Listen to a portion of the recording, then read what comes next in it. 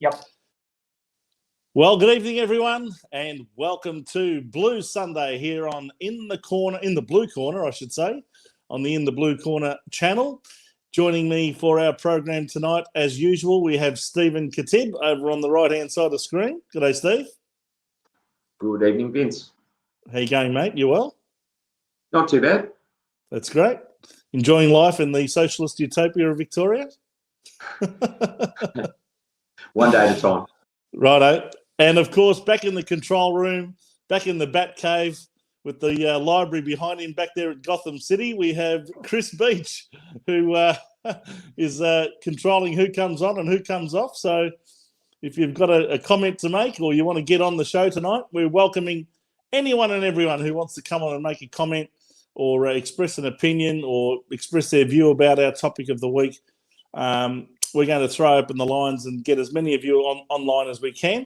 If we can't get you specifically on the air, we'll certainly put your comments and questions up if you care to do that on our YouTube channel or on our Facebook page. So, Beachy, you're in charge of all of that, and I'll leave it to you as to who comes on and off. But, of course, we ask everyone who does come on to please keep it respectful and no offensive language will be tolerated. So, but we do welcome anyone and everyone to come on tonight. So feel free to do that. And a variety of opinions too, Vince. Yeah. Well, look, we pride ourselves on freedom of speech. You don't have to agree with all of us. Independence as well. Absolutely an independent channel we are, aren't we? We absolutely are. We're certainly not aligned with anyone or the club or Carlton Football Club or the AFL or anything else. So you can certainly come on and express your view, and it doesn't have to be aligned with ours. You can certainly challenge ours if you care to do that. That's fine by us. We're all entitled to an opinion. So that's the nature of our show. And, of course, it is mainly about the Carlton Football Club and about AFL football. But, of course, we're right into the heart of the off-season. Although today we do come off the national draft, which was only held a few days ago. And I think that's what we'll kick off tonight's show with. Steve we picked up basically our only main draft pick in the draft, pick number 25, which became pick 27, which was young Jesse Motlop from Western Australia. What did you make of that? Well, certainly if you were talking about horse racing parlance, the bloodlines are very encouraging, aren't they? Yes. From a breeding point of view, you'd think at any sort of Magic Millions that Jesse Motlop would go for a decent sale. with all of the pedigree that he has, you'd think that the talent is certainly there, and that was obviously a good selection. Young McDonald, who went. I was just going to say, do you think he would have been our ideal selection at that pick, or did anyone pip us at the post? Yeah, I believe Hawthorn picked up McDonald, that essentially was that midfielder, sort of reasonably big-bodied midfielder that we were sort of looking for to add that more depth to our midfield engine room. Yeah. So we missed out there. Nonetheless, though, Jesse Motlop's obviously, albeit playing in a slightly different position, a good substitute from a talent point of view. And it's always an interesting one, isn't it? They always say, do you go for the best talent, best available, or do you go for a player that you need on a needs basis? Yeah, that's going to fill a gap. Absolutely. You've got a gaping hole in your side, and you go for the best fullback, for example, or the best winger, or whatever it might be. And that's why ruckman normally get out, don't they? Because ruckman have that sort of 3-4 year development window. So essentially, even though they may be the best talent, no one's prepared to take that investment. So I would have thought Jesse Motlop, being a small forward, could play, within a year or two, you would think. So whose spot in the side is he going to take, do you think?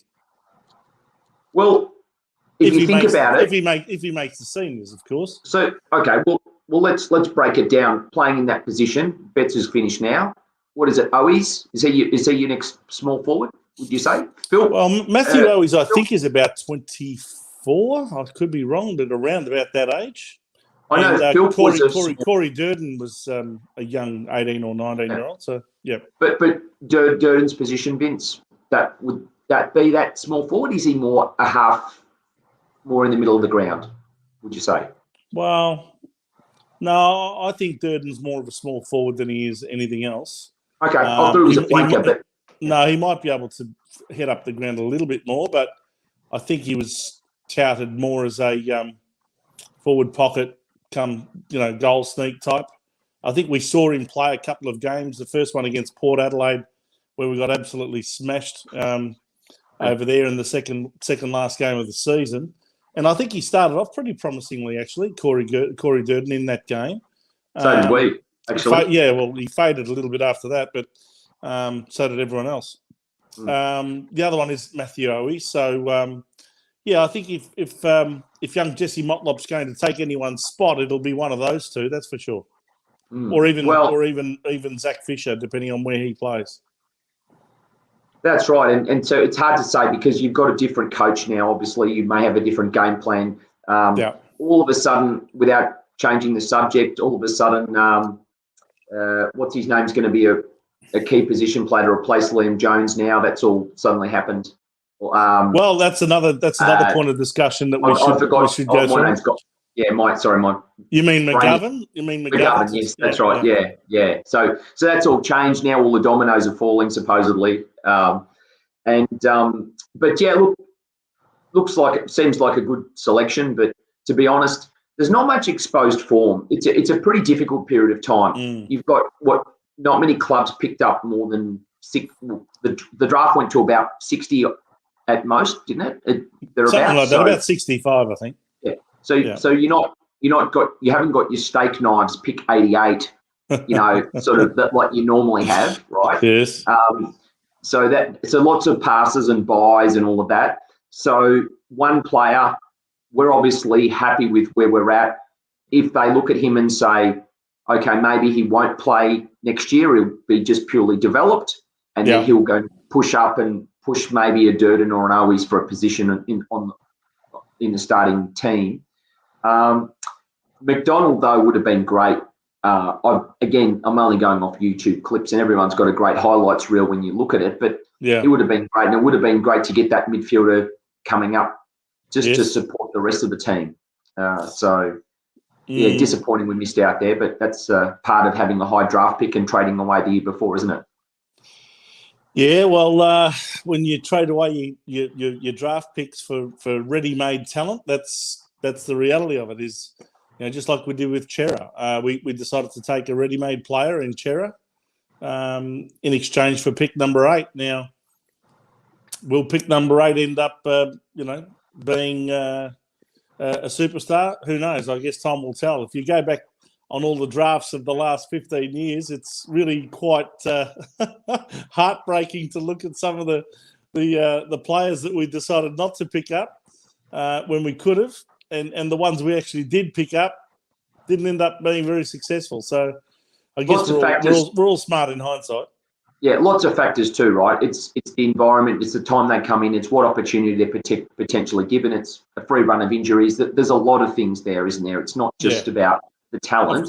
Of course. Yeah, but looking forward to seeing, hopefully for all our Blues fans, we have a free viewer in the VFL can actually see these players play game time in a senior environment, opposed to just having scratch matches amongst themselves as they've had to play the last couple of years. They can have that sort of ability to really get that, get body hardened, get match fit, and then really play the rigours of that VFL style football against potentially older, bigger body players, and then get themselves right to come into the seniors. Yeah. BT, what did you think of the Carlton draft pick of Jesse Motlop at pick 27? What did you make of that pick? Are you happy or are you disappointed, or how do you feel? Not me. Well, I'm actually pretty happy we picked him up. Look, the optimistic Carlton supporter in me is saying he's probably going to be a great replacement for any Betts. Yeah. But The realistic Carlton supporter in me is also saying, I want to see what he does on the footy field. Now, that also depends on how long it takes for him to break into that AFL side, whether he spends time in our twos to get himself some game time and match fitness into his legs. I don't know. But I think it's a good pickup for us so far.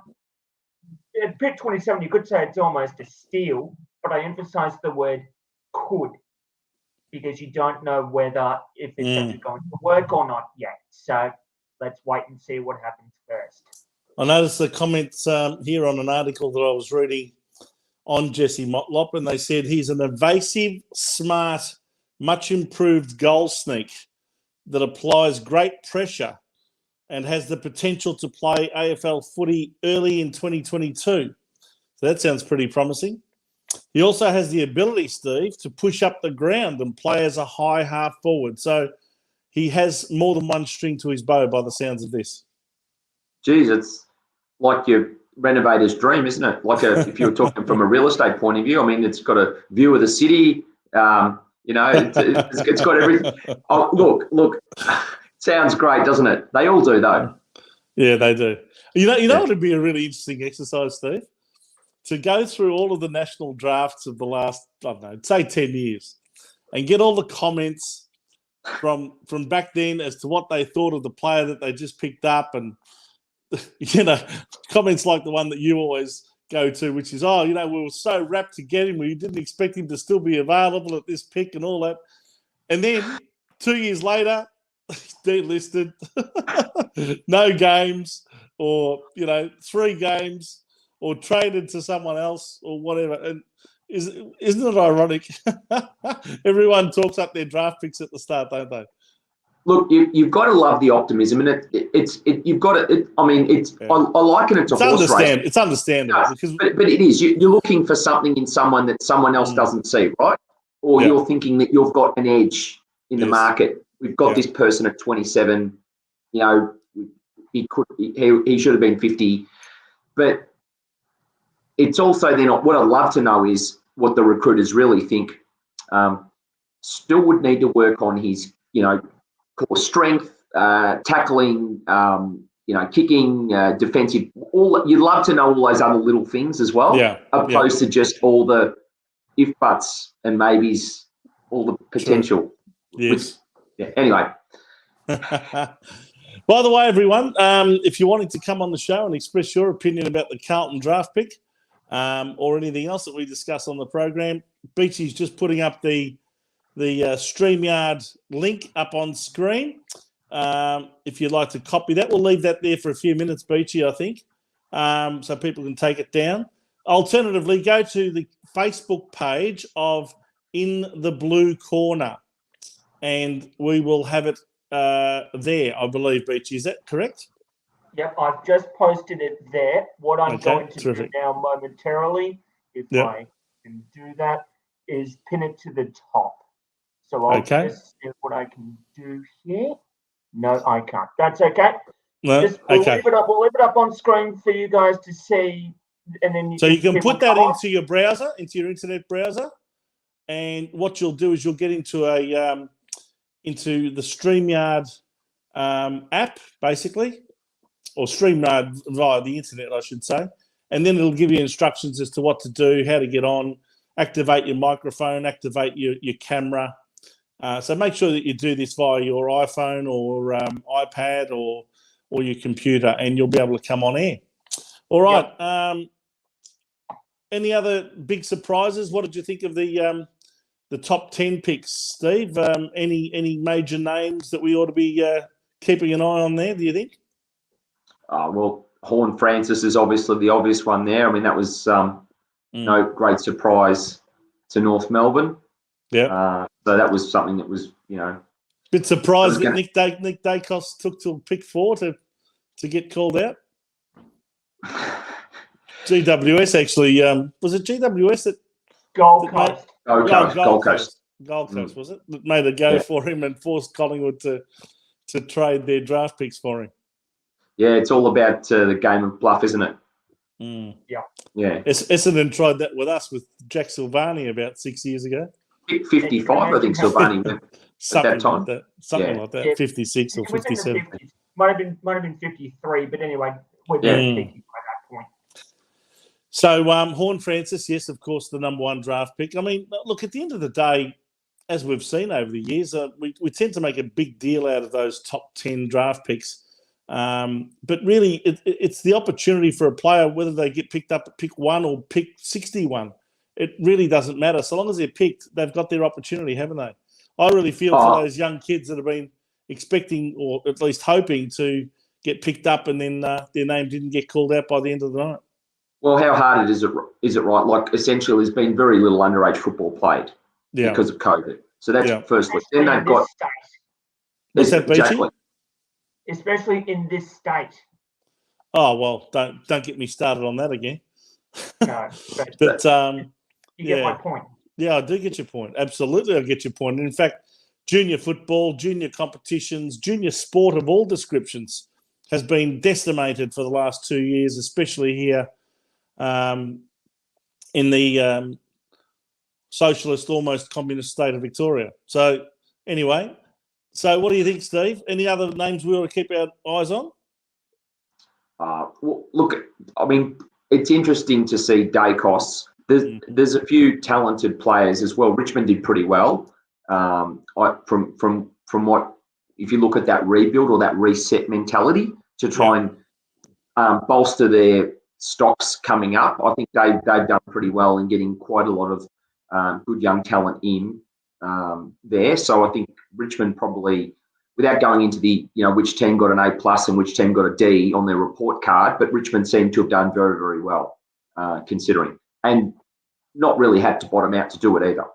Yeah. So looking forward to them. Obviously, day cost because of the name and Macedonian Marble and all of that. Like, looking forward to see how he goes, especially considering he was a Carlton supporter for a short period of time as a youngster. So looking forward to seeing how he goes as well. And Horn Francis is a ready-made player, right? He essentially played SA and NFL elite senior football. So see how he adapts straight away into the big league.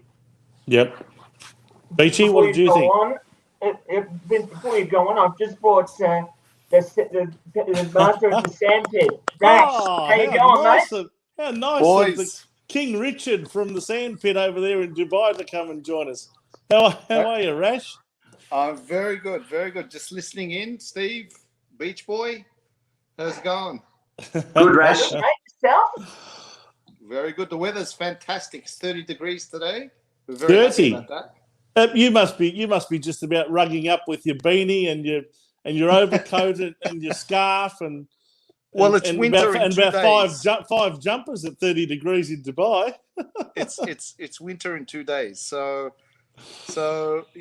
winter gets down to around about 21, so which is really good. So really, 21. Goodness me. Is that at night? Is that at like 4 a.m. or? Oh no, at night I get a little bit cooler than that. It's probably maximum is probably about 18. Wow. It's probably maybe a light jacket. I never ever thought I'd hear anyone say that they wore a jacket in Dubai. In the middle of summer, it gets up to about 50. Anyway. Good to see you, Rash. Now, what did you make of the Carlton drafting of Jesse Motlop a couple of days ago? Look, I've been around and seen, when we picked up players before, and the highlights always look good. That's Plowman true. Looked fantastic, and Bootsma looked fantastic. So,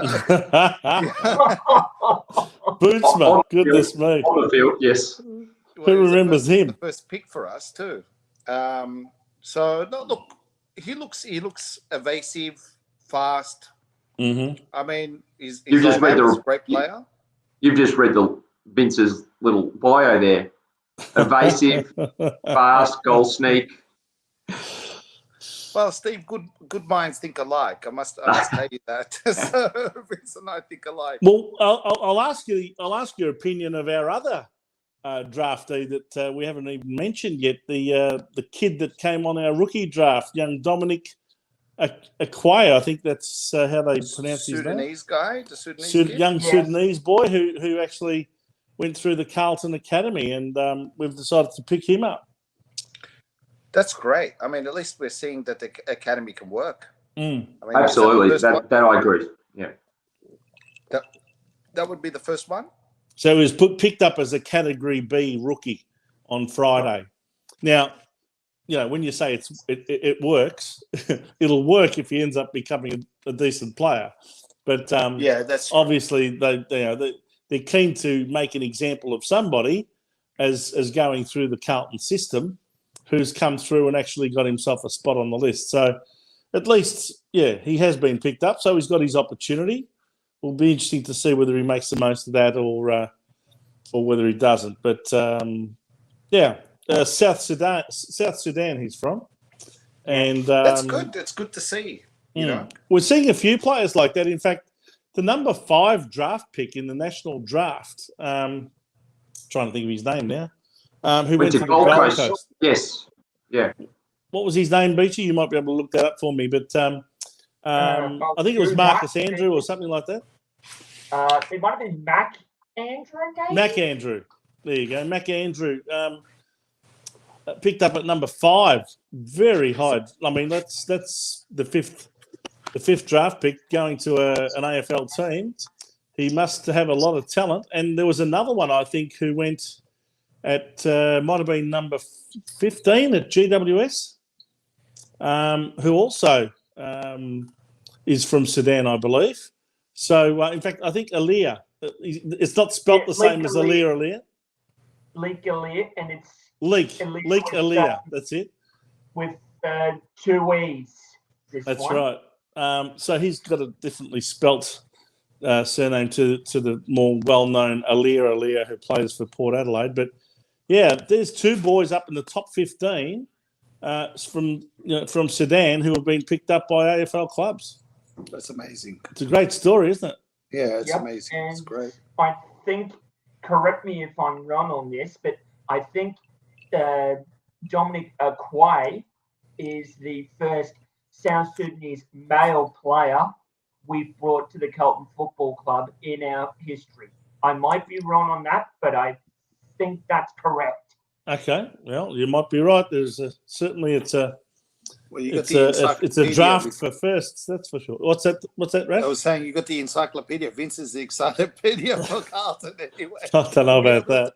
No, you are. No, I don't know about that. If you think about it too, like Hawthorn had, was it 2 years ago, and he's been quite a good player. Yes, number 29. Halfback. Yes, he's been really good. Yes, number 29. I'm trying to remember his name now. They're brothers, aren't they? The one that Port Adelaide and him? I believe they're related, yes. They're related, are they? I don't know that they're brothers, but they're in somehow related.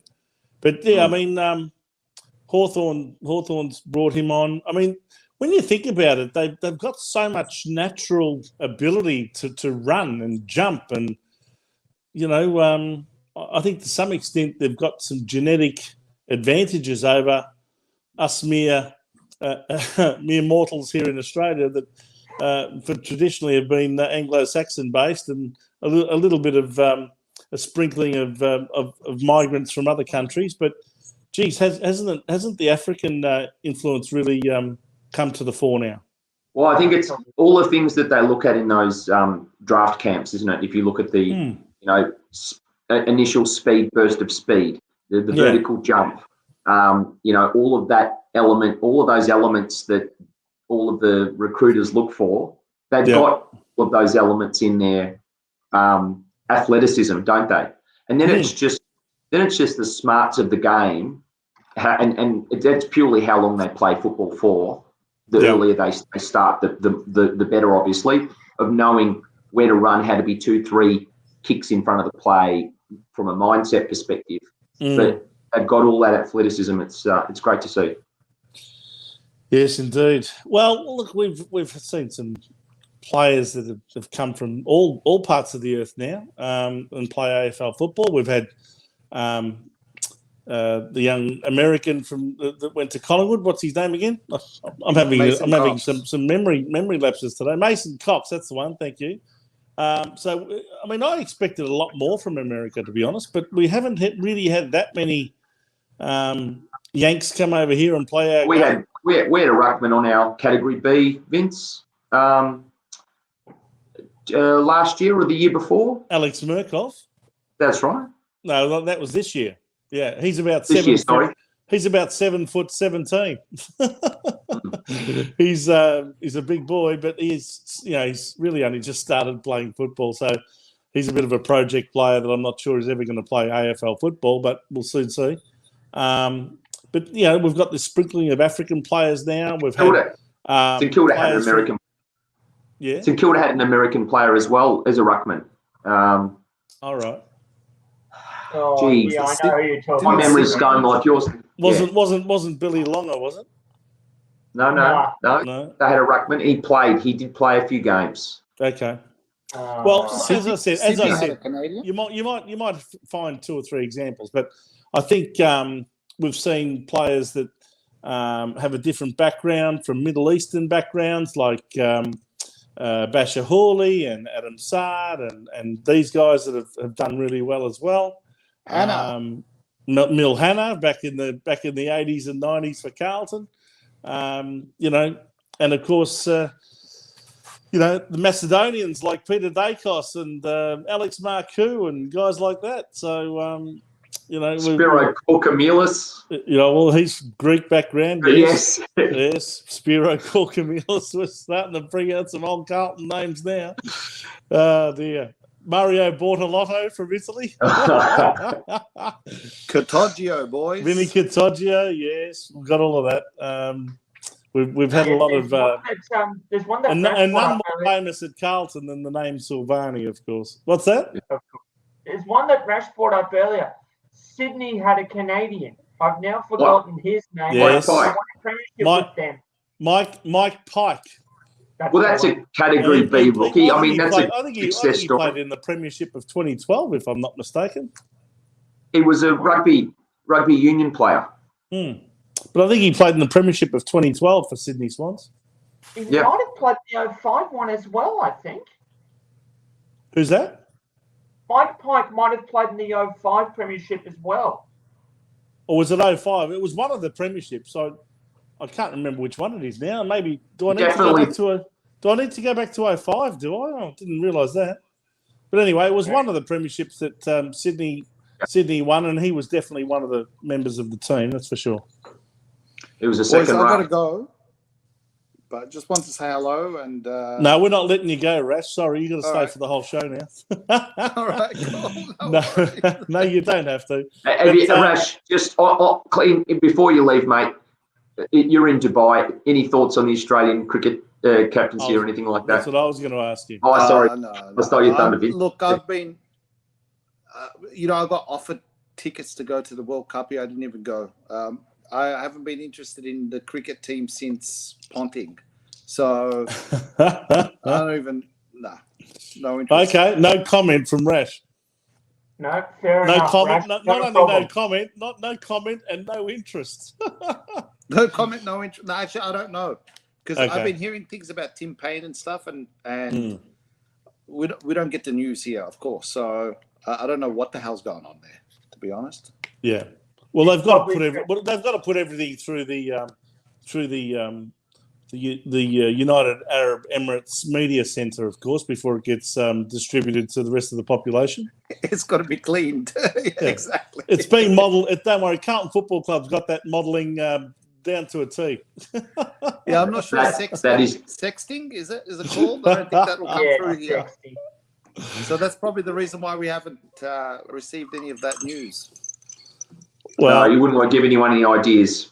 Yeah, you wouldn't want to be informed or anything like that, would you? No. Anyway, just give us a call. We'll tell you what's going on. All I need to do is watch the show. The question is, can you come back to Australia anytime soon? Because I know you've been itching at the bit to come back home. Yeah, no, I'll be back in January. Right. Organising the ticket at the moment, but with this new strain. God, let's not get into that political thing. Otherwise, it's going to be a political show. But I won't mention anything about the the political situation here in Victoria anymore. Okay. I just wanted to tell you, and I think I've told you before, the place here at the moment, you would not think there's COVID. It is. I've never seen, even in Dubai's peak, it's never been so busy. So it's completely open, no restrictions. So it's completely open, no restrictions. Whether you're vaccinated or unvaccinated, you can go anywhere. Is that right? You can go anywhere you want. That's okay. That's all right. Well, why don't you come over here and experience something different? It's called apartheid. We're the apartheid capital of Australia here in Melbourne, and I thought this was supposed to be a sports we practice that age-old American tradition called segregation. They used to have that. They used to have that a few decades ago in America. All right. Anyway, good to see you. No worries, Rash. Good to see Always you, a mate. pleasure, boys. All the best, have mate. A wonderful show. Thank you. Thanks for joining us. If you'd like to be like Rash, you'd come on and mix it with us. Put up that link again, Beachy. Let people see what it is. Right here for you guys. There you go. All right. Now, we touched on the cricket situation there, Steve. Let's talk about that for a moment, because last week's news was, of course, Tim Payne announcing, much to everyone's surprise, that he was stepping down from the captaincy of the Australian cricket team because of a sexting scandal. That has now developed into further decisions made by Tim Payne, that he will in fact now step down from all forms of cricket for the time being and indefinitely. And now they've had to announce a new captain and a new vice captain, and the Australian Cricket Board have announced Pat Cummins, the fast bowler, as our new captain, and Steve Smith, our former captain, as our new vice captain. What did you make of that decision? Well, it was interesting how he was dismissed cheaply in that Tasmanian second 11 game. Who's that, Tim Payne? Yeah, and then a few days after sort of not being able to get cemented innings in that game and perform very well, I think it all came out that he was taking that mental health break. I would have thought the mental health break could have basically come straight away. Maybe he tried to play through his mental challenges and just felt he couldn't do that. But the indefinite nature of... Maybe he decided to go out there and see if it was affecting him or not, see if he could concentrate through an innings, and the fact that he got out cheaply maybe was a sign for him that he needed to take an extended break from the game. Well, I mean, there was a lot of comments from a lot of famous Australian cricketers that have certainly said that they'll probably they don't believe he'll recover from this. And after this break, you'd have to question whether he does come back at all now. He'd have to play his way back through. I don't think he could just walk straight in saying, "Oh no, I'm okay now. I can just come back in." Straight back in. No, it doesn't work that way. Surely not. No, I'll put it this way. I think a lot's going to depend on how his replacement plays as well, because they may very well bring him straight back if in 6 months' time he says, "I'm ready to come back," and his replacement hasn't really performed. But I think, in essence, he's lost control of his position now. By stepping away from the game, he's no longer in a position where someone's got to earn their way into his spot. He's literally giving his away, and he's going to have to earn it back and do it the hard way if he ever does come back. And it's a unique position, right? It's like a goalkeeper sort of situation. It's only one of them, so it's difficult for him to come back. It's going to be really, really hard. I find it hard to imagine Tim Payne coming back, because I think part of the reason he stayed in the team for as long as he has is because he's been the captain and because he's done a pretty damn good job of it. Otherwise, as a wicket keeper, he's been good. But, there are others out there that are probably just as good. And Alex Carey, I believe, from South Australia has taken his spot. So is that correct, Beachy? I think it was Alex Carey, wasn't it? I think they've been looking at him as the next keeper in line. And he made a century, funnily enough, today in a one-day game. Queensland, yes. In a one-day game against Queensland. So I think if they were ever wondering whether they should or shouldn't go for Alex Carey, I think he's just earned himself a spot on the side courtesy of that inning. So he is an exciting prospect, and I've always felt that he should be getting an opportunity at international level. So he'll get his opportunity now. Well, he Absolutely. Yeah. Okay. So what did you think of the Pat Cummins and Steve Smith appointments? Do you think that is going to work, or do you have any reservations about that? Well, the Steve Smith one, he's the spiritual leader, you would think still. A bit He's like he's the Ben Cousins of the team, is he? Yeah. Yeah, we I would have discussed that thought last so. week, didn't we? Yeah, we did. I can't say otherwise, right? Now, is that there's been many people talking about when has Steve Smith earned his, regained the credits in the bank that he'd lost from the ball tampering saga. When will that ever be? Well, I don't know now if he'll ever earn those back.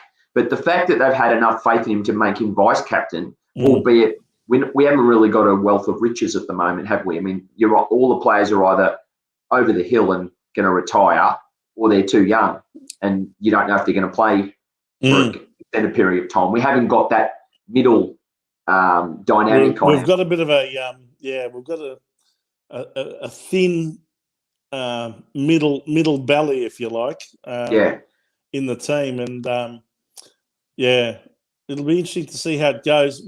How do you see Pat Cummins as a captain? Would you have made that appointment? He's a fast bowler. A lot of people have reservations about making fast bowlers the captain of the team. Well, fast bowlers traditionally are hot-headed, aren't they? Well, that's always the joke. But that generally speaking, I think we haven't had a fast bowler captain for would be nearly 50 years. Beachy will obviously have that in his encyclopedia. Yeah, that's right. He'll have that at his fingertips there. But it's a really difficult job to be a captain and fast bowler. You know, really, you're fielding, you're setting the field. You're not bowling and doing all of that at the same time. It's a tough one. But I obviously think enough of him. Look, he's certainly a great player and reliable cricketer. So from that point of view, he's got a good pedigree. And do you think Steve Smith is the ideal number two to sort of, I guess, coach him and guide him and fill in and help him on certain decisions and be his good right-hand man? If that's what he does, it's a bit difficult though. I'm not saying Steve Smith has a lack of integrity, but you think about it. You've gone from being CEO, you've been running the show, you've stepped down. You still know what you know, albeit you've had a misdemeanor, and then you come back in the team, and suddenly you know what you've got all experience at that level. Yeah, it'd be hard for him to potentially have to agree with Cummins' decisions all the time if he doesn't necessarily agree with them. That's going to be a challenge, especially with someone of Smith's experience. They're going to have that political dynamic's going to have to be looked at, wouldn't you think? Okay. Well, yeah, I think it could work, but I've just got some reservations about Cummins being the captain. I'm just not sure that he is the leadership material that they say he is. I'm just yet to be convinced. I'm more than happy to stand corrected. And if he ends up captaining the side to a 5-0 whitewash of England in the Ashes series coming up, I'll take off my hat to him and say, well done, Pat. Well done. But I've just got some reservations. What about you, Chris Beach? You're our resident cricket expert over there in the library. What do you make of all of these decisions? So, look, the bowler in me is saying it's about time a bowler was appointed captain. But now, hang on. Are you a speedster or are you some sort of throw your arm over, off spinner or something? Well, I actually bowl both, Vince. But really? We will leave that to one side for the time being. Okay. So, as I was saying, the bowler in me is saying it's about time a bowler was appointed captain in this country. But Mm-hmm. I've spoken to a few people around town. Mm-hmm. They are questioning the call of putting Pat Cummins as captain with Steve Smith vice captain, Right. because they're Mm-hmm. saying to me, and if Steve Smith is vice captain after all this time, being out of the captaincy role for however many years it was, because of the Mm-hmm. time the All Champion saga in South Africa again. I will leave that to one side because my views there are completely reserved for the time being. Mm-hmm. Cut a long story short, they're saying, why not just make him captain in the first place? And why appoint Cummins to begin with? Now, they make the case that they say Cummins may not bowl himself often enough, because he's usually more focused on what the captain's more usually focused on placing the field. That said, though, Steve Smith as a vice captain will help Pat Cummins with this, and he will pick up what Cummins may potentially miss. A perfect example of this with my local cricket club, a guy who I played with in the threes yesterday. He was captain of the second 11 for a few years, and he had a vice captain who he made captain temporarily to sort out the field while he bowled. And then once he finished his over, he would then take over that captaincy back from him. So that way he didn't have to worry about it from there. Yeah, look, I suppose that's one of the reservations that people have about fast bowlers being captains, not only because of their intellectual capacity, Steve, but also because they tend to be down at fine leg or at third man or long on or long off, and they're just so far away from what's going on right in the middle. And I dare say Pat Cummins would have spent most of his time in the field. If he's not bowling, he's down there getting the long hit and throwing the ball 150 metres back to the keeper.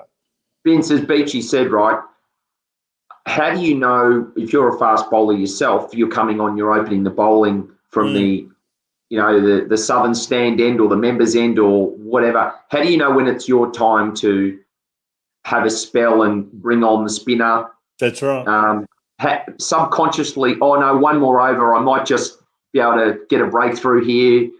How do you know when you're tired? The other one is, I better give my other bowlers more of a go than me. I'll be the selfless one, and I won't bowl as much now that I'm captain. I'll give them more of an opportunity because I don't want them thinking that I'm hogging, hogging the crease, so to speak. So because Vince, cricket's not, and Beachy knows more than me, but cricket's not just about how well you can technically bowl. It's the tactical component of how which end do you bowl someone from? When do you change up that tactics around the wicket, not around the wicket, over the wicket? All of that sort of stuff. It's quite a difficult thing, and when you're in amongst it as an actual fast bowler, I could see that to be quite a challenge to make those judgment calls impartially. Yeah, I agree, and look, we've seen some fast bowlers at other countries be very successful as captains, and I point to players in the past like Imran Khan at Pakistan, Kapil Dev at India, even Bob Willis back in the day, God rest his soul. He captained England there for a while. They were pretty good and they were pretty successful. I think there was one at New Zealand even that might have captained for a while. I can't remember whether Richard Hadley was Richard Hadley ever captain? I'm not sure. I don't think he was actually captain, but Sir he was certainly Richard. senior. Yeah, Sir Richard. Yeah. Sorry, I should say that. Probably he would be. He would be the second best bowler I've ever seen in my life, behind Dennis Lillee. Those two were just like poetry in motion to watch. Forget the how many wickets they've taken since, because they play so much more Test cricket now, and that's one of the reasons that they're getting 500 and 600 wickets. But in the days when Richard Hadley and Dennis Lillee were playing, they were just incredible bowlers, beautiful to watch. poetry in motion. Any cricket lover would know exactly what I'm talking about. The bowling action of those two was just incredible. Hadley though was slightly slower than the others though. And but he had a magic wave. Some of his deliveries were unplayable, weren't they? It was virtually stump bowling. Yeah, the outswingers that both of those bowlers bowled back when they were really at their peak, almost unplayable deliveries then. Sometimes Hadley was so good, the batsman wasn't good enough to hit it. Exactly. That's the point I'm making. He'd bowl 6 balls and all of them would be play and miss, play and miss, play and miss. He was just too good for them. But anyway, I won't digress. I have already digressed. But anyway, we'll get back on track. One of the things that I actually was a bit disappointed to hear during the week, and I heard this on the Tom Elliott radio program on 3AW on one of the afternoons, where he mentioned that Pat Cummins made mention that now that he's been appointed the captain of Australia, that he would use it as a platform to promote the merits of action against climate change and all this sort of thing. Now, I don't want to get into political discussion here. Look at Beachy. He's just about to throw up. Where are you, Beachy? Well, anyway. You're off screen. Now, forget whether you agree or disagree with that bullshit called climate change. Do you really believe that an Australian cricket captain ought to be using his captaincy as a platform for some sort of political or social issue? I mean, really? Let's put the issue aside, though. Let's put the issue aside. It doesn't have to. Well, that's right. Whether it's climate change. It could be anything. It could be it could be. Doesn't matter what side of politics. Exactly. Let's just state that now. Yeah. Gee whiz. Is that what you want from your Australian cricket captain, Steve? Or do you just want him to concentrate on cricket? The only platform I want any sports captain to have, whether it be Carlton or Australian cricket or anything for that matter, is sportsmanship, represent the club in the best possible way. Or the country in this case. Or country, good example to the youngsters that want to play the potential sport. Yeah. I'm looking, and this is me, this is our own program, this is an independent voice, blah, blah, blah. I'm looking for an apolitical person. I actually don't want any politics whatsoever. Zero, nothing. I want no comment to come out, right? I mean, remember when we had the South African Rebel Tour, and that was politics, right? Yep. And look what that did. Disaster. Maybe not a great example that I'm bringing up. Probably Kim Hughes and so forth, right? Sorry, Beachy, you may have been. You'd have to go back through the history books there. You'd have it in your library there to know about what we're talking about. Steve and I are old enough to remember a bloke called Kim Hughes who used Kepler to Wessels. Australia. Kepler Wessels. Yes, the former South African. Yep, that's right. For Australia. Yeah, left-hander. First drop. So you just think about it and you think, really? Like, don't use the platform of being a cricket captain for that. I didn't know you were going to ask this question, Vince, but now you've set me off. Don't use that. Do that in your own private time. Yep. If you feel that's important, but don't use the green baggy cap to do that. For anything. Just do your job. Focus on the virtues of being a good leader. We don't need any of that to be the focus. I think that's going to focus their mind away from where they are. Now, whether you believe in any of these causes is not the point at all. The point is, where does it start? Where does it stop? Where do we start focusing on that rather than the sport? But that, I don't know. This is becoming more normal now, though, isn't it? Whether it's right or wrong. My view is it's wrong. My view is that it is wrong. It is a worrying trend, and something needs to make it stop, because it's really annoying a lot of people who just want to watch cricket and just want to experience a football game without all of the other. Look, you know what it is, Steve? It's virtue signalling. Because as Tom Elliott pointed out on his show on 3AW, if Pat Cummins wants to really walk the walk and not just talk the talk, well, then he shouldn't be catching planes all over the world to go and play cricket like he does every year when he goes to India and makes $1 million out of playing in the Indian Premier League. Now, why doesn't he make a sacrifice and say, you know what? My carbon footprint's greater than most Australians. I fly all around the place. I'm not going to fly to India anymore, and I'll forego the salary in order to play there. No, but he won't do that.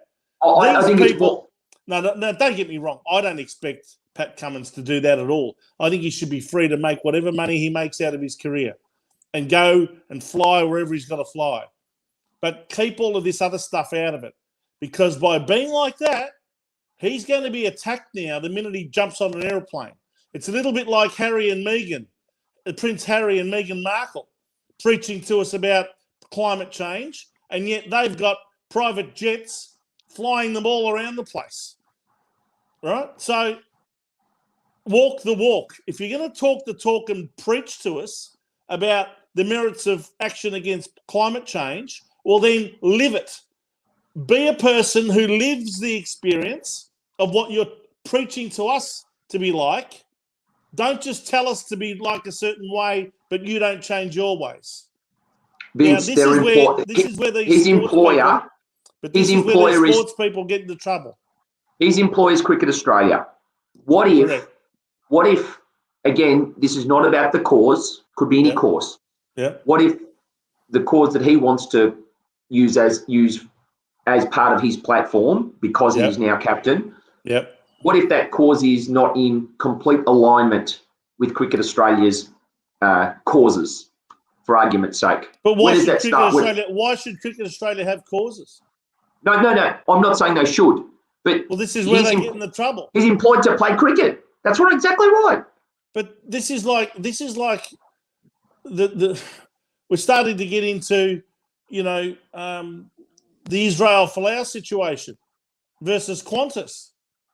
Qantas wanted, they were sponsoring the Australian Rugby Union. And when Israel Folau came out with, a certain section of the Bible that he read out that got him into trouble, all of a sudden, there was this accusation that this guy's anti-homosexuals. Now, all of a sudden, that was going to put the whole sponsorship of Qantas at risk. Why? Why should Australian Rugby Union be at risk of a sponsorship from Qantas because of that? It's just going way over the top with all of these so-called causes and virtue signalling everywhere from all these people. And that's where I think Pat Cummins is treading on very dangerous ground, coming out and saying that now that he's been appointed captain, he intends to use it as a platform to spruik the merits of action against climate change. Yeah, I would say... He's going down a very, very unnecessary and potentially dangerous ground, if you ask me. I would say you don't need to grandstand that. You just continue along. If you believe in climate change, continue along in doing what you do. But it's not because you're captain of Australia or you're carrying the drinks or the oranges or anything like that. Yep. It doesn't really matter. Essentially, that's what you do. But it's not about being captain. It shouldn't be tied to being captain of Australia. It's just his own personal thing. That's fine.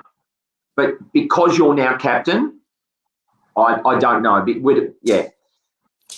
I'm saying, captain of Australia is not a tool that you use. It's an honour to serve. Correct. And he shouldn't be using it as a tool to promote some other virtue signalling, so-called honourable cause, which is debatable in the eyes of many. Well, you can have your causes and whatever you believe in. That's not a problem. It's using that as a tool. Anyway, it's not like he's saying, I want to promote the game of cricket to other countries of the world that are not playing cricket. If he said that, well, then I'd say, fine, you're promoting the game. That's part of your role as an Australian cricket captain. But to start getting involved in things that got nothing to do with cricket, what's climate change got to do with cricket? Other than the fact that you're jumping on planes all the time and putting all of those jet fuels into the sky. I mean, really. Anyway, it's an interesting debate. If you've got any comments or questions you'd like to pose to us, by all means, put your comments up on our Facebook page or up on YouTube.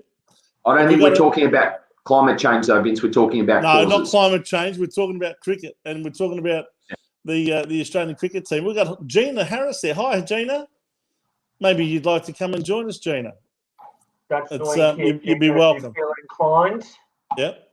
Okay, Beachy, now that we're on cricket, while we're waiting for others to come on with their comments and views and questions, why don't you give us a wrap-up of what's been happening in the world of cricket this week?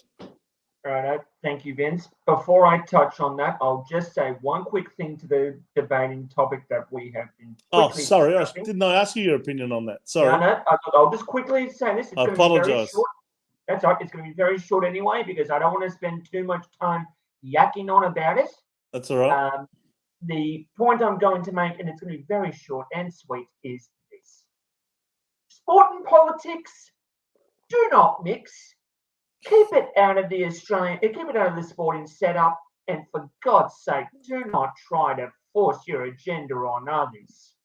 That is actually probably one of the worst ideas I've probably even heard.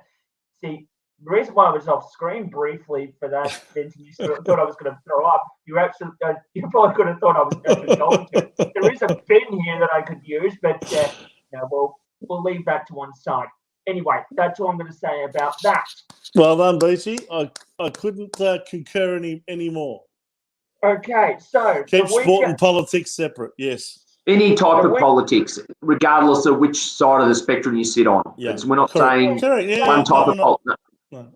Both sides. Exactly right. Like I said, we could go on about this all night, but we've got a set amount of time to play with. So we will move on. We will. So,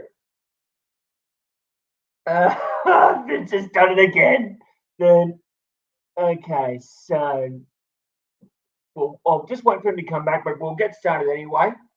The WBBL got underway. The WBBL finals got underway, I should say, and we had the Perth Scorchers beat the Adelaide Strikers in Perth. That's the first title for the Perth Scorchers women after being the Adelaide Strikers women in their own backyard. I must admit, a big result for them, considering they had their home crowd advantage there for everybody in Perth. Just quickly bring up the scorecard so you can all find out what's going on. Where is it? Series. Here we go. 5 for 146 Perth Scorchers women against 6 for 134 Adelaide Strikers women. The player of the match, Marizanne Cap from South Africa for the Perth Scorchers, 1 wicket and 31 runs. That is a big result. Like I said, that is a big result there for the Perth Scorchers, considering they were pretty much one of the top sides throughout most of the tournament. Sheffield Shield, Victoria and New South Wales had a draw because there was the day of rain on day 2, which took a whole day out. And Vince and I had a chat about this earlier in the week. Tasmania, here he is now. Bear with me. Vince, you're back. Sorry, boys. Oh, yeah, I have that usual cutout after about the 1 hour mark or thereabouts most weeks. That's right. I apologise. That's right. I was just talking about the Perth Scorchers being the Adelaide Strikers in the WBBL final. Yeah, great win by the Scorchers. They, of course, went straight through to the final, courtesy of finishing on top of the ladder. But, geez, weren't the Adelaide Strikers impressive in winning the previous 2 finals against against the Brisbane Heat in the first night, and then of course backing up and defeating the Renegades. The Renegades, the Melbourne Renegades, yes, who finished At second home. on the ladder. So they did well even just to make the final, but just fell a bit short on the final hurdle. The player of the match, as I was just alluding to, Vince, was, and I'm sure you'll know about this, Rsm Classic from South Africa. Yes. 31 runs and a wicket in the final, which is a very good effort considering you've Great only got performance, four overs yes. to play. Considering you've got 4 overs to play with as a bowler. Yep. One of which was against her wife, Dane van Niekerk, who is also South African but playing for Adelaide. Yes. Quite a few South Africans playing in our women's Big Bash League. Yes, the South Africans have had a little habit of coming over for the WBBL. Not so much the BBL, but yes, the WBBL has been a big stepping stone for the South African girls, which we love to see in this country. Well, 12 runs, that's all it was in the end, hey? Maybe that home ground advantage here in Perth with the local crowd might have just helped them score a few extra runs when it was their turn to bat. And Adelaide, who have been so good at chasing down other teams' scores, mind you, they haven't had to chase down that much in those first 2 finals. They, in fact, really did the job with the ball in the first innings, both against Brisbane and against Melbourne Renegades. Getting them out for less than what you'd normally expect them to be making in 20 overs. Yeah, exactly. Now, before you came back, I was actually just touching on the Sheffield Shield. Oh, yes. So I just said Victoria and New South Wales had a draw up at the SCG because day 2 was lost to plenty of rain. Yes, it was. Yeah. Really, there wasn't much else to say. Now, did Victoria get extra points for having scored more runs in their first innings, or is that been done? Have they done away with that now in Sheffield Shield, where you get a couple of points for I guess scoring a higher first innings total than your opposition? I would believe that they still have first innings points. Okay. I thought it was the follow-on. I thought it was the follow-on. If you made them follow on, you got extra points or something. Must look into that because it's all changed a lot now. I mean, these points are even, in decimal. You've got when you look at the ladder, there's decimal point, 0.74, or I don't know how it's all worked out, but we'll have to go to Mr. Duckworth and Mr. Lewis, maybe. And we might have to go to something like that as well.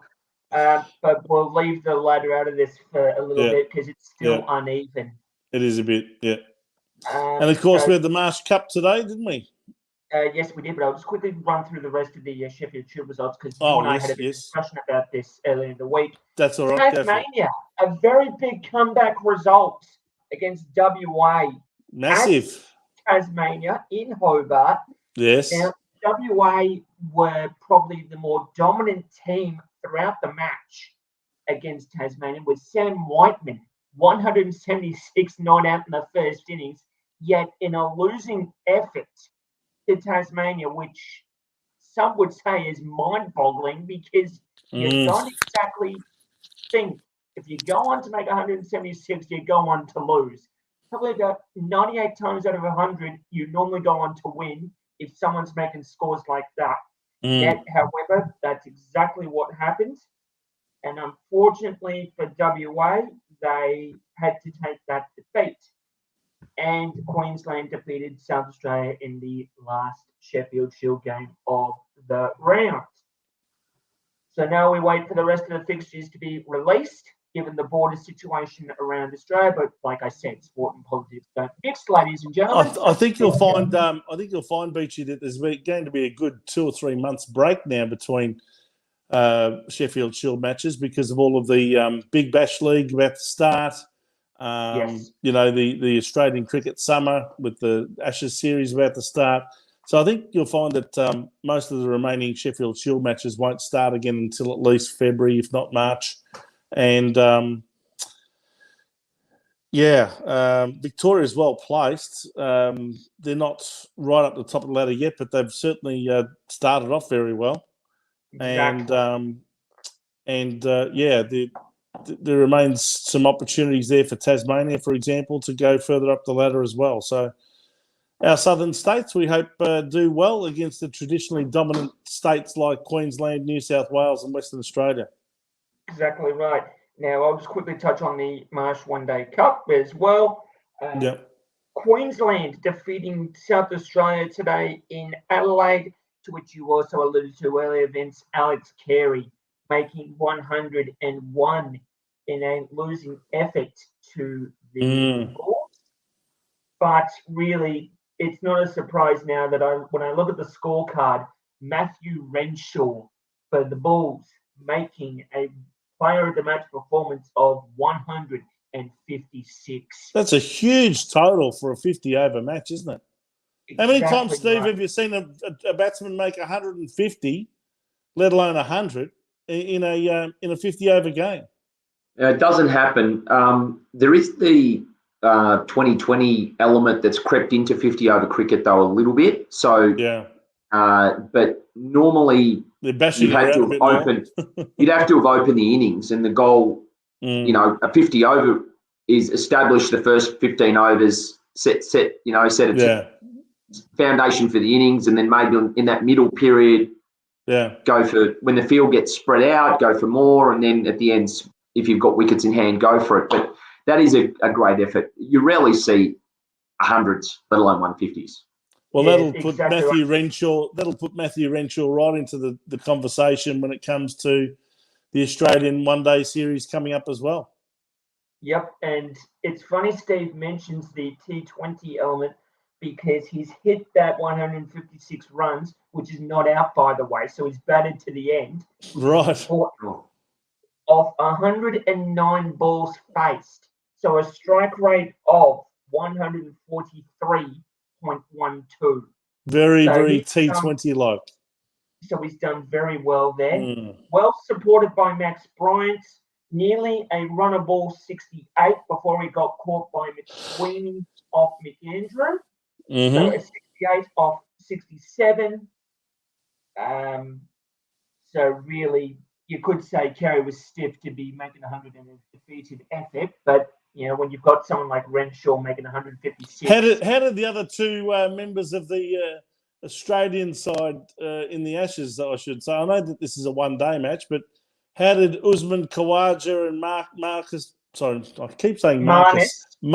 Labuschagne go? Usman Khawaja was out for 16, caught by Corey Kelly off McAndrew for 16 off 25, and Marnus Labuschagne was ran out by Hunt for 11 off 29 deliveries. So not exactly a fruitful day for those two. No, exactly right, Vince. Let's hope that they're a bit better when it comes to playing in a test match. Yes, exactly. Unfortunately, Victoria got done by New South Wales earlier in the week. Yep. To New South Wales earlier in the week, trying to chase 345 for victory against New South Wales up at the SCG, but could only muster 170 in reply. Not a great result there if you're Victorian, but a great result if you're New South Wales, obviously. And Tasmania, again, doing the double over WA and Hobart, 5 for 298 against 9 for 294. And I'll just quickly wrap up. Geez, that's pretty high scoring. That's up around 6 runs and over, isn't it? That's nearly run a ball. That's nearly run a ball every. That's nearly run a ball. And I've just got the India v New Zealand game on in the background as we speak, ladies and gentlemen. Everyone's on the edge of their seat waiting for this one, Beachy. I'm sure they are. Got the mega wall happening behind you. It's a drinks break on day 4 in Kanpur as we speak. India are 7 for 206 in reply to New Zealand's 296 in their first innings after they made 345 in their first big. They currently lead by 255 runs with, I think, maybe one more session with this final session to go. Okay. Very good. Very comprehensive as usual, Beachy. Thank you for that. And by the way, just before we finish on cricket, how did you go today? I believe you played some cricket over the weekend. I actually played yesterday, Vince. Oh, yesterday, was it? Yeah, I was in the threes from my cricket club. We played out at Notting Hill Brandon Park, which is quite a fair way from where our cricket club is placed. Who do you play for? Beachy? Borundara Cricket Club. Borundara Cricket Club. Yep. So based in where? Kew or Hawthorn or Camberwell or? Hawthorn East. Hawthorn East. Righto. There you go, everyone. Now there'll be hundreds of people following the Borundara Cricket Club just to watch Beachy bowl his spinners, or is it the fast ones that everyone comes to watch?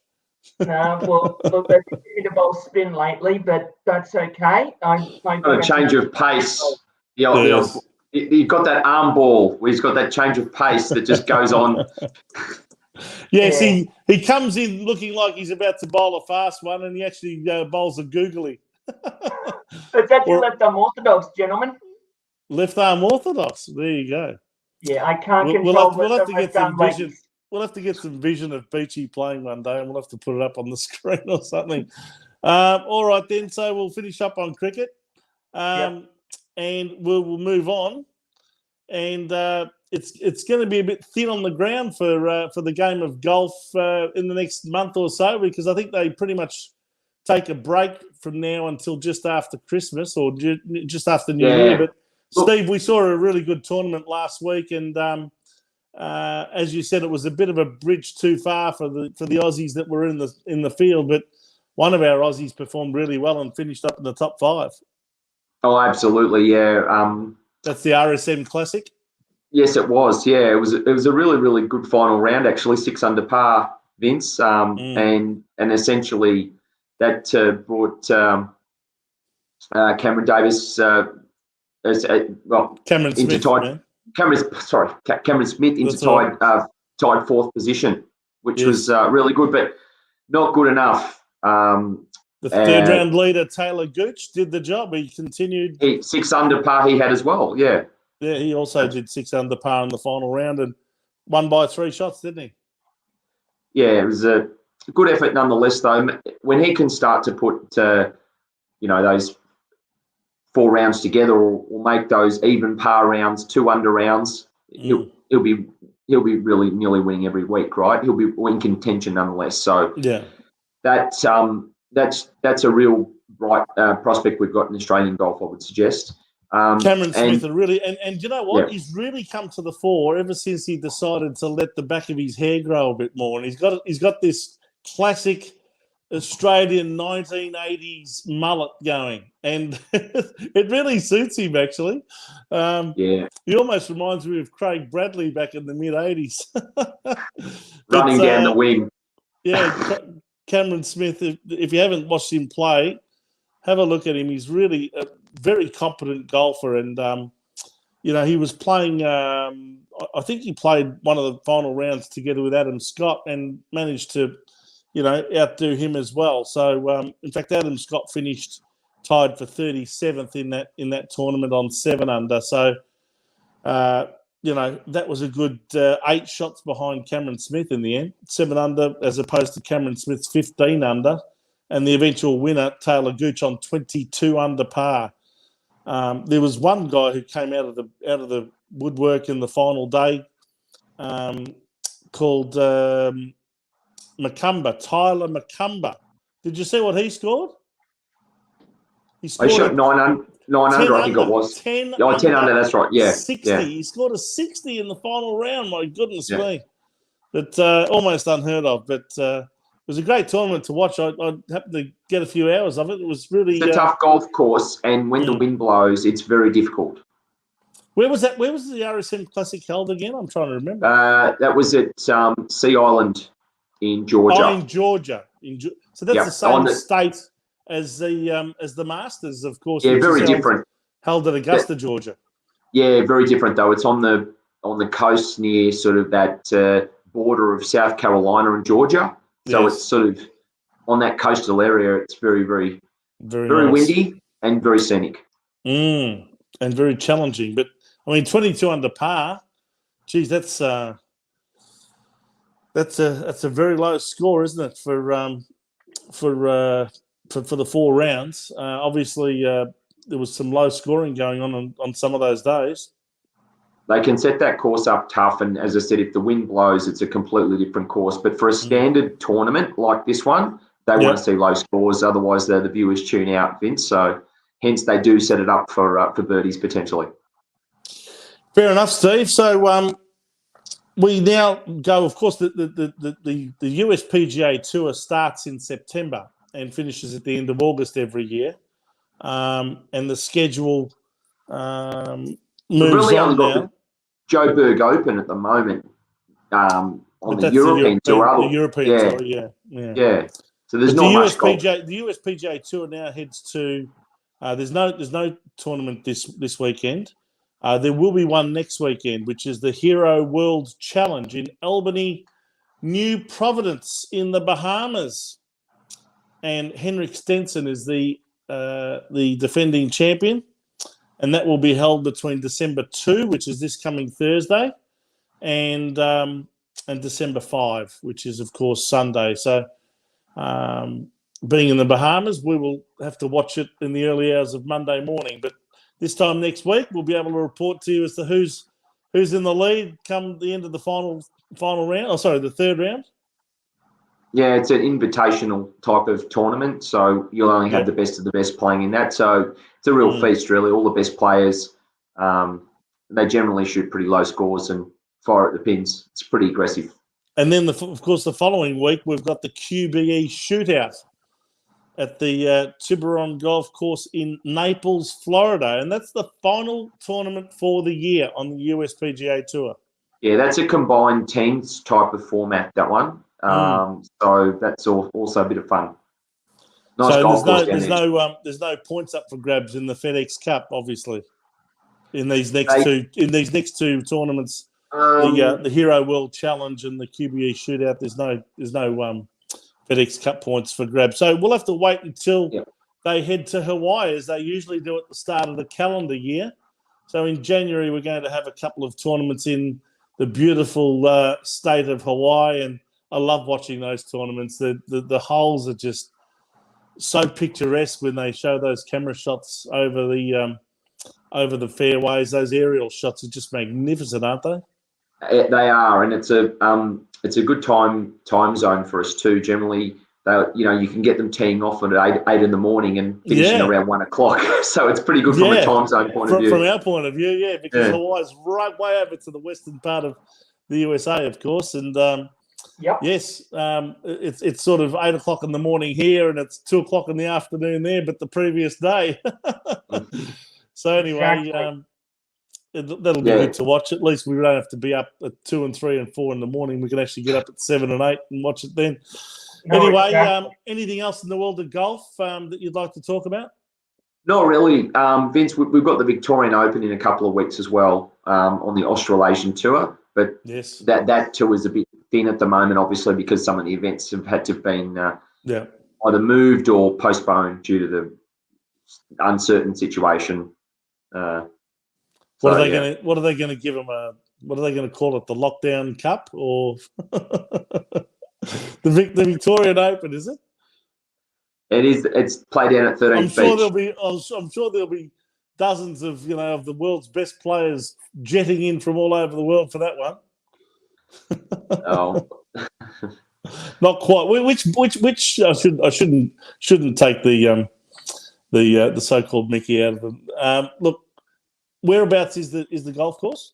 So that's at 13th Beach, which is in Bowen Heads. So I'll just give you the exact dates when that's teeing off. 9th,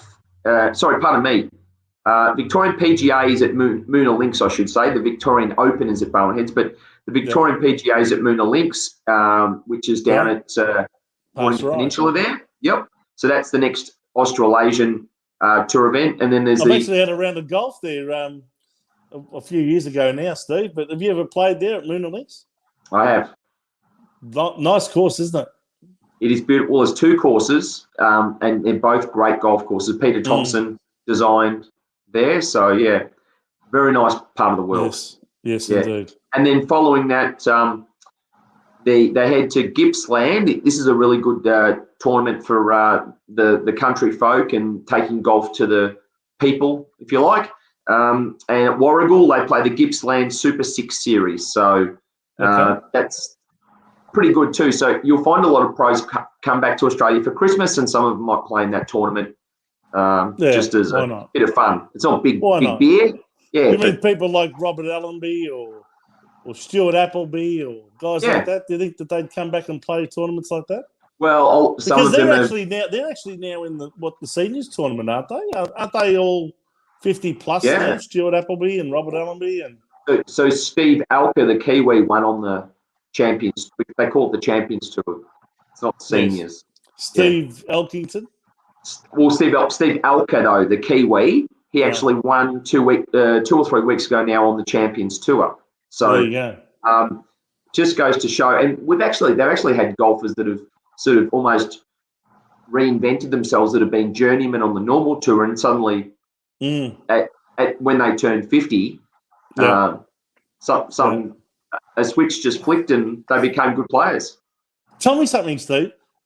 Some of the golfers that I used to idolise as a kid, I don't know where they are anymore. I don't know whether they're playing anymore or whether they've disappeared off the face of the earth. I used to love little Popeye, Craig Parry. What's happened to Craig Parry? He doesn't play anymore. Doesn't he? He had a course design was his thing. He was in course design and architecture. Now you're testing me, but he lives in Sydney on a boat, and on the as you do arena. When you retire. Yeah, absolutely. Yeah, so he's got a pretty good life. I thought he had a property up at Hamilton Island. I could have sworn he was going to go up there. He's got properties everywhere. Remember he held that 6 iron to beat Tiger Woods and that at Doral. I'll never forget it. 2006, I think it was. I mean, he's an example, isn't he, that any golfer, any weekend warrior on your local public golf course. You know one thing I remember about that victory? How disrespectful those bloody Yankee commentators were towards him, saying things like, geez, you never would have guessed that a guy that looked like that would be a golfer that would win a tournament of this nature, let alone any golf tournament. And I thought, is this a compliment? But it sounds more like a backhanded insult, to be honest. No. Because he didn't look like a golfer that they would traditionally. It was a David and Goliath. Expect a golfer to look like. He's a little short, pudgy, fat little bloke. Called Craig Parry. It was a classic David and Goliath thing. He's a guy that, Tiger Woods is 4 clubs longer than him. If he's out drawing you by 50 metres. Yeah. And then when Parry's got a 6 iron, he's got an 8 iron in his hand, right? That's a huge advantage. Let alone all the other. It'd be a little bit like being just a run-of-the-mill rank and file Carlton supporter trying to take on the Carlton board, I would have thought. It'd be a similar sort of comparison. Maybe the Carlton one. No, the Carlton one's worse. Oh, right, okay. Yeah. Parry at least had a fair go. Anyway, yes, that's right. Yeah. What about guys like Roger Mackay and Roger Davis, the two Rogers? They were fantastic back in the 80s. So Roger Mackay's no longer with us, but is he really? Is he passed on? Yeah, he has. There's a plaque on the 14th hole at Kingston Heath. I thought he was Western Australian, wasn't he? Yep. Yeah. On the 14th hole at Kingston Heath, he held an albatross. Is that right? R5, yep. So there's a plaque in the middle of the fairway from where he hit that albatross. That was in the Australian Open from memory in 86, but you're testing my memory. But in the mid-80s, yeah. Yep. Roger Davis is the chair of the Australian PGA, or he's got some position there. He played a lot on the seniors tour. Was very I loved successful. Roger Davis. You know one of the reasons I loved Roger Davis? He had this very characteristic mo, and he used to walk around and he'd be smoking cigarettes while he's making his way around the course. Yeah, and if he won, it was a How many cigar. tournaments he won? He used to win a lot of tournaments back in the 80s. Well, if you remember Roger Davis, he had that distinct forward press before he hit this one as well. Yes. And again, you talk about you had the +4s, used to wear the +4s, the AMP visor. Yeah. Yes, exactly right. Yeah. They were the Yeah. great days, weren't they? I mean, we had Greg Norman and then Ian Baker Finch and they were great days of Australian golf back in the mid to late 80s. And didn't Greg Norman put us on the map when he won the British Open in 1986? That was a fantastic victory. Yeah. And that really put golf on the map in Australia. Absolutely. Look, there were more characters back then. Now the prototype golfer, a bit like AFL, I suppose. Yeah. They're fit. More clinical. They are. Look, well, they're athletic. No personality. Well, that's where it's Cameron Smith's got the mullet, right? That adds to it a bit. Yeah, that's one of the reasons I like him. Yeah. So it is different. It is different, but nonetheless, there's certainly Brooks Koepka and Bryson DeChambeau. I mean, that's an example of the prototype modern golfer, but they do. They're not exactly best friends. No. All righty. I think we'll move on from the great game of golf, and it was nice reminiscing about some of the good old days. You better do some homework on that, Beachy. I'll set you the assignment for during the week, and you can report back to us next week, all right? I'll do my best with that, Vince, but I do remember watching a little bit of Craig Parry, a little bit of Allenby, and a little bit of Appleby as well. So I know the names, and I've probably seen some tournaments they play in, but I was probably a little tacker by that point, guys. So look up Roger Davis, Peter McWhinney. Yes, Peter McWhinney. I remember him too. Yeah. Oh goodness me. Brett Ogle as well. Peter Lonard was another one. Yeah, and Brett Ogle. You'll see some. Brett Ogle was a good player. Yeah, yes, he was. Until he hit his kneecap. We better stop reminiscing the way we are. And get on to our next sport, which it was the final day of the Spring Racing Carnival yesterday at Caulfield Racecourse. And before we get into the results, I think I should first mention that yesterday was the final day in the riding career of one of the greatest jockeys we've ever seen in Glenn Boss. And he unfortunately didn't go out a winner, even though he was on the favourite in the Zipping Classic, which was the feature race of the day. He did come fourth in that race with Spanish Mission, which was the horse that came third in the Melbourne Cup, and was then left in the hands of Peter Moody, who was the trainer of the second horse in the Melbourne Cup, Incentivise. Now Spanish Missions with Peter Moody, and he put Glenn Boss on. That was his final ride. Everyone thought he'd probably do it, but unfortunately it didn't work out that way. The race was won by a horse called Sound, ridden by a very promising jockey, probably never to have won a Group 1, Jamie Mott, for local trainer Michael Moroney, and beating Dr. Drill with Brett Preble and Wentwood with Damien Lane. So the winner paid basically 20-1. Bit of an upset. But Glenn Boss, what a career. 90 Group 1 victories. Most jockeys would be wrapped to win one. He's won 90 of them, including 3 Melbourne Cups, of course, all on the same horse, Maccabi Diva, the champion mare that she was between 2003 and 2005. She won all 3 of them in a row. And, of course, he also won the Cox Plate, one of 4 Cox Plates on Maccabi Diva in 2005. Also winning the Cox Plate in 2009 on So You Think, which, of course, was a dual Cox Plate winner. Also 2012 on Ocean Park, and he also won a Cox Plate in 2020 last year on Sir Dragonet. or Sir Dragonet, depending on where you come from in the world. He also had 2 golden slippers, 1995 on Flying Spur, and then 13 years later in 2008 on Sebring. And then, of course, he also won 7 Doncaster handicaps in Sydney at Randwick. Fantastic achievement on 7 on Doncaster handicaps. That's fantastic, isn't it? 7 of them. And, of course, in more recent times, the Everest, which has only been going for, 4 or 5 years, hasn't it? He won it in 2019 on a horse called Yes, Yes, Yes.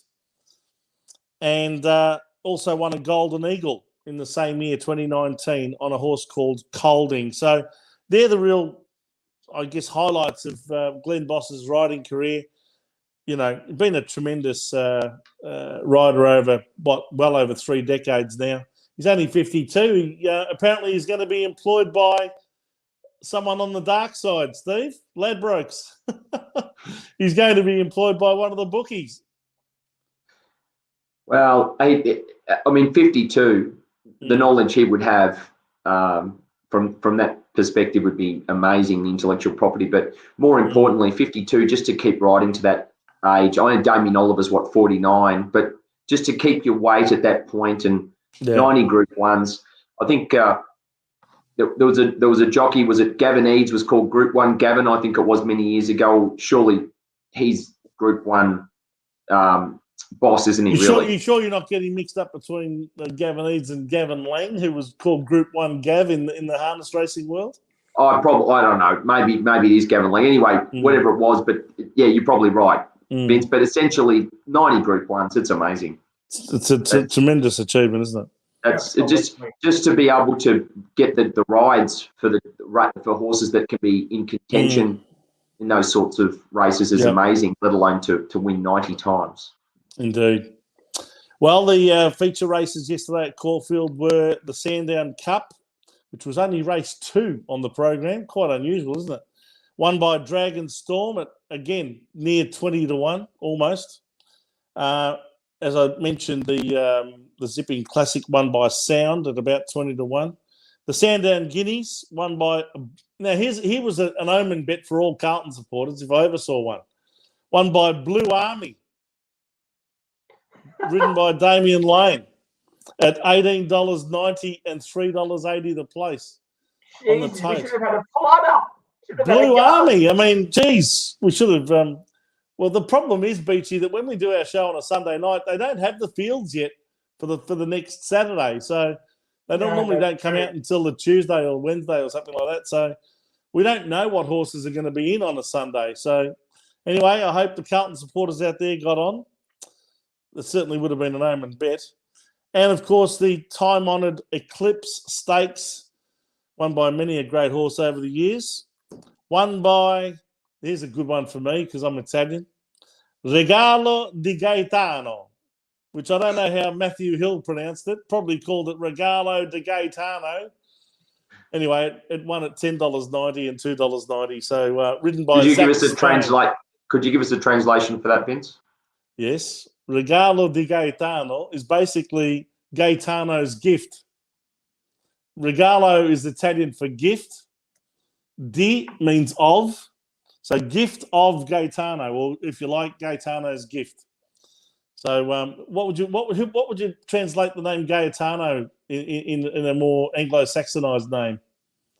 Gay? Guy? Probably Guy. There you go. Guy's gift.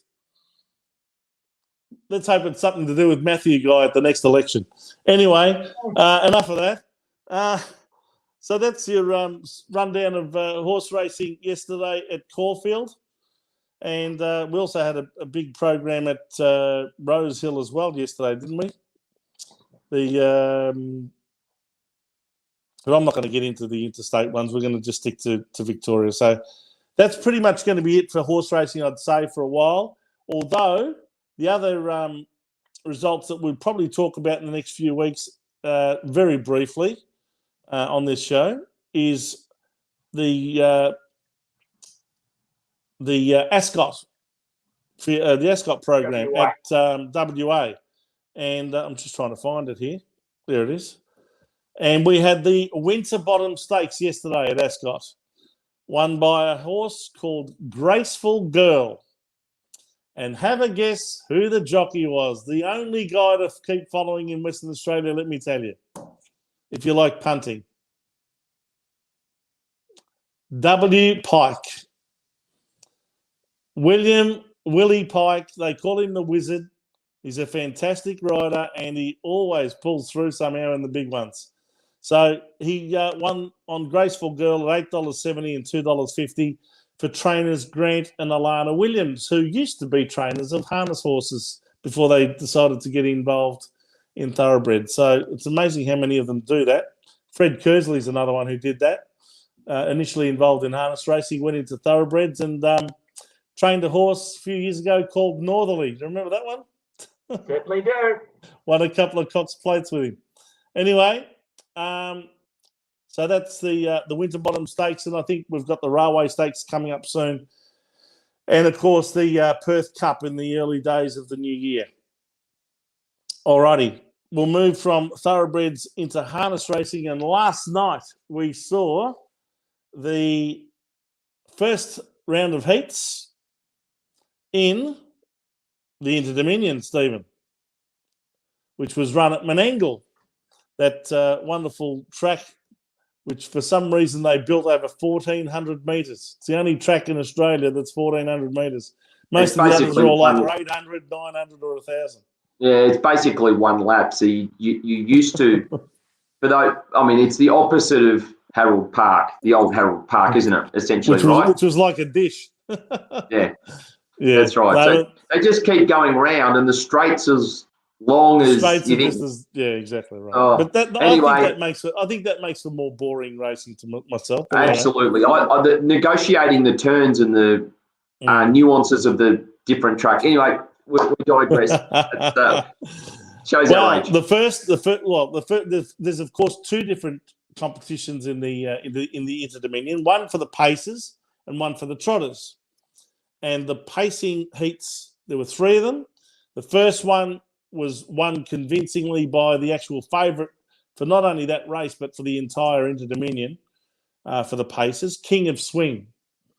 And he won quite convincingly at $1.20 on the tote and $1.04 for the place, defeating Majestic Cruiser and Bonsell Benjamin. So already the favourite for the series is off to a good start. He's already accumulated maximum points for that win. The second of the heats was won by a stablemate of King of Swing in the Luke McCarthy stable up there in Sydney, Expensive Ego, which won off the second row, came in barrier 12 and still won the race quite convincingly again, taking the lead probably mid-race, not even mid-race. Searched to the front and was allowed to take the lead and was never headed. $1.70 and $1.20, beating Alta Orlando, which is basically a stablemate at $2 the place, and Belraj at $3.20 was in third position. So again, one of the fancied runners, probably the second favourite for the series, won that particular heat. You will see that in the heats, though, Vince. You will see the favourites in the early heats get up. You will see them not always get up in every heat, Steve, because I think what you'll find is once they accumulate a certain amount of points, the pressure's not on as much to make the final. So they're not going to bust give them gut busters. Don't forget there's going to be 3 heats in the space of about 8 days, and then the final some 6 days later. So they're going to have 4 runs in the space of about 15 days. But they'll want to qualify early, though. They still would want to get that. Oh, yeah. The first one's usually the one they really push hard for, because once you've got your first victory, you're almost guaranteed to make the final.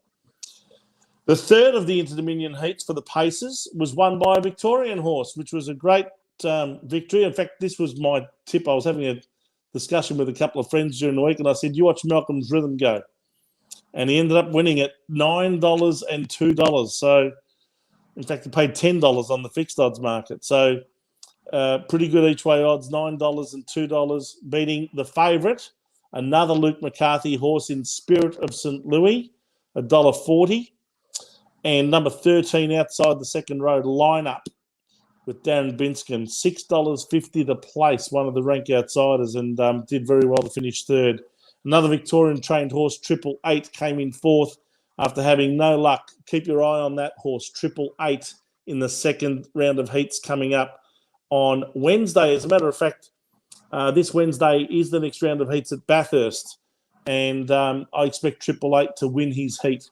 He's drawn the number one barrier, so always a big advantage to draw the pole. All right, and then, of course, we've got the trotting into Dominion, and there was 2 heats of that. The first one was won by number 2, Majestic Man, the New Zealander. Came across here and was fancied at $1.60 and won and duly saluted, beating a very improved horse from Victoria called the Penny Drops, which a friend of mine who's a race caller called Luke Humphreys suggested this one was one to watch, and he said, I'm very, very confident it'll run top 3 at very juicy odds. Paid $3.50 the place and came second, the Penny Drop. So Luke knows his form, that's for sure. And number 1, Illawong Stardust, $1.90, driven by Luke McCarthy. So Luke McCarthy's going to be a very, very busy boy in this Inter-Dominion series. He's the local, if you like, the strongest stable in Sydney. And he's got, King of Swing, he's got Expensive Ego, Spirit of St. Louis, and now here in the trotters, he's got Illawong Stardust that he's driving as well. So he's going to be a very, very busy boy in these heats. And race 9, the last of the heats, the second of the trotters heats, was won by an outsider that came storming home from back in the field called Timothy Red. Cameron Hart for the local trainers, John and Mary Rando, and paid $34.20, Steve. How juicy is that? For the win. That's on the tote. $41 fixed odds. Paid $6 fixed odds for the place, but $9.20 on the tote. Not bad, eh? Beating the Victorian trained horse, Kai Valley Chief, for Greg Sugars, $6.10. And the favourite, which was a little disappointing in my eyes, Pink Galahs, another Victorian trained horse with Matthew Craven, $1.30. So it's all about accumulating points through these heats. You don't necessarily have to win the races to make the final, but certainly coming in the top 3 is a big advantage. If you can consistently come in the top 3 or 4, you're pretty much guaranteed to make the final. So that was pretty juicy odds there. Timothy Red at $34.20 and $9.20. And then the second horse, Kai Valley Chief, paying $6.10 for the place. You can imagine what the trifecta would have paid in the first 4, Steve. Well, the trifecta paid $5,260 and the first 4 paid $11,700. If you got it, good luck to you. Alrighty, so they're the results of the Inter-Dominion series last night at Menangle. By the time we report back again next Sunday, we'll have had the last 2 rounds of heats, as I said, on Wednesday at Bathurst and then Sunday next week at Newcastle. So straight after they're finished, we'll probably have our show. Exciting time in harness racing with the Inter-Dominion. Absolutely. No, it'd be good to see how those Victorian horses go as well, Vince. Indeed. Exactly right. Yes, always like to follow the Victorians, that's for sure. All righty. Boys, anything else you'd like to discuss? Any other comments, questions? Beachy coming through? No, there was one from Lana Owens checking in this evening a little bit earlier. Good evening to you if you're still here. They're all too shy tonight. No one wants to come on. My goodness, I've thrown open the opportunity to anyone, and everyone's too shy. All right, maybe it's too daunting for some people, Steve. No, that's fair. That's fair. What have you got coming up this week, Beachy? Another big cricket game over there at the city of Boroondara?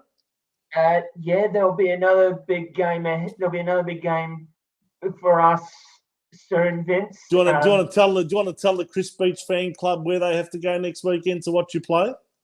I'd love to, but I don't know yet exactly myself. Sorry, mate. I just thought I'd catch you a bit off guard there. No, fair enough.